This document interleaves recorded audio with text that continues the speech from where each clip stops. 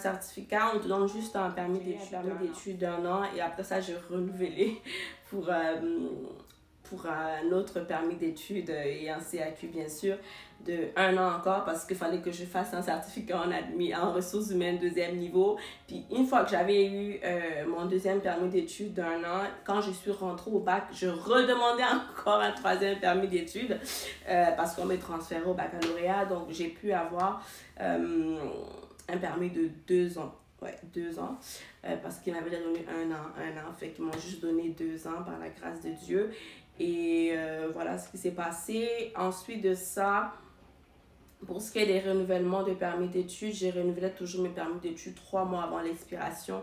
Je m'assurais vraiment d'être dans le temps parce que, pourquoi je l'ai dit? Parce que plusieurs écoles vous diront peut-être d'arrêter une fois que votre permis d'études aura expiré et qu'ils n'auront pas reçu votre renouvellement de permis d'études. Donc, c'est vraiment important de refaire votre permis d'études 3 mois avant l'expiration et le CAQ.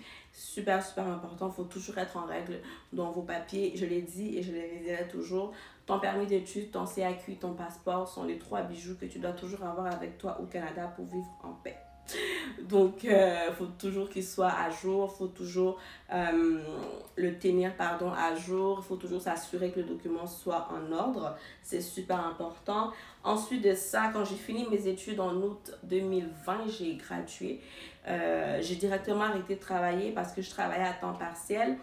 C'est vraiment mon conseil que je vous donne, arrêtez immédiatement de travailler. Pourquoi? Parce que tout simplement, vous ne pouvez pas continuer à travailler avec un permis d'études vu que vous avez fini les études. Et c'est illégal en fait de continuer à travailler avec un permis d'études alors que vous avez fini. Je ne sais pas si vous avez entendu parler de la jeune Camerounaise qui a été expulsée, je pense, en 2019 ou 2020 parce qu'elle a travaillé à temps plein avec un permis d'études, ce qui est vraiment illégal. Donc, je vous conseille de vraiment arrêter de travailler immédiatement, peu importe si vous chômez.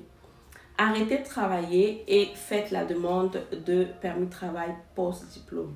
C'est ce que j'ai fait. Donc, moi, j'ai fini le 30 août. Donc, j'ai fini en été 2020. Ensuite de ça, j'ai demandé ma demande de résidence permanente mon permis de travail post-diplôme en septembre 2020. Ensuite de ça, je l'ai eu et en octobre, j'ai directement commencé à travailler. Je travaillais comme commis à l'entrée des données, en même temps réceptionniste.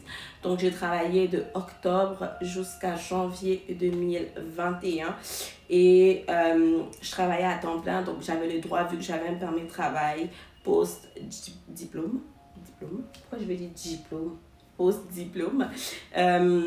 Ensuite de ça, par la grâce de Dieu, j'ai eu un emploi dans mon domaine d'études début février 2021, où je suis encore jusqu'aujourd'hui en fait. Et je travaille comme coordonnatrice des ressources humaines dans une entreprise de la place. Et je rends vraiment grâce à Dieu parce que c'est une opportunité que le Seigneur m'a amenée. Et je tiens vraiment à préciser sur la grâce parce que c'est une grâce de pouvoir trouver un emploi dans son domaine d'études juste après les études. Donc moi, j'ai pas vraiment chômé. Le Seigneur a fait grâce à ce que juste après, j'ai trouvé un emploi. Donc ensuite de ça, quand j'ai commencé, j'ai directement fait la demande de CSQ, qui est le certificat de sélection du Québec. Je l'ai faite sous le programme du PEC, qui est le programme de l'expérience québécoise pour les diplômés. C'est ça qu'il faut faire. Donc, la durée, je l'ai eu au bout d'1 semaine et demie, 2 semaines. Pourquoi pour moi ça a duré? Parce qu'il y avait certains documents que je n'avais pas mis à jour sur la plateforme Arima. Donc, ça a pris à peu près 2 semaines, 2 semaines et demie. Et j'ai payé 844 $ canadiens. C'est les frais du certificat de sélection du Québec. Ensuite de ça, après avoir obtenu le CSQ, ça m'a pris du temps pour faire la demande de résidence permanente parce que ça coûte quand même cher, on va pas se mentir. Ça coûte 1325 $. J'ai un peu tourné parce que c'est quand même beaucoup d'argent, on va pas se mentir. Donc, en juillet 2021, j'ai rentré ma demande de résidence permanente par la grâce de Dieu. Et le total, comme je vous l'ai dit, ça m'a coûté 1325 dollars canadiens. 825 dollars pour le demandeur principal, juste parce que je demande, en fait, la demande de résidence permanente, ça m'a coûté 825 dollars. Et si vous avez un conjoint, il y a des frais qui s'ajoutent, ou une conjointe. Et 500 dollars de plus pour les frais relatifs aux droits de résidence permanente. Alors, mon conseil, ça serait de tout payer en même temps. La plupart du temps, les gens payent 825, puis après ça, l'immigration les recontacte pour leur dire de repayer l'autre partie.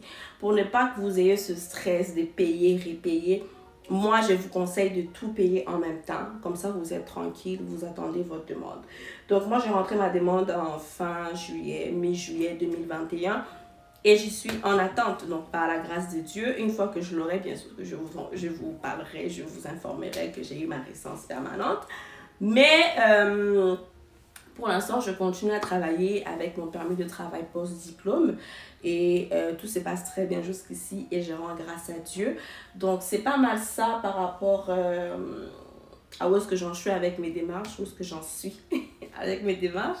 Donc, maintenant, est-ce que je travaille? Oui, je pense qu'au fur et à mesure que je parle, je vous ai répondu. Oui, je travaille dans mon domaine d'emploi et j'aime bien ça. Donc, si vous voyez que des fois, je réponds un peu en retard dans le WhatsApp de l'entreprise qui a servi, c'est parce que je travaille à temps plein, du lundi au vendredi, donc 40 heures. Et le temps que j'ai pas mal de répondre à l'agence, c'est soit le soir après mon shift ou les fins de semaine si j'ai quelques minutes. Donc voilà, j'espère que la vidéo t'aura plu.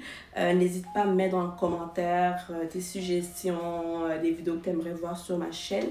Et on se dit à la prochaine, que le Seigneur Dieu vous protège.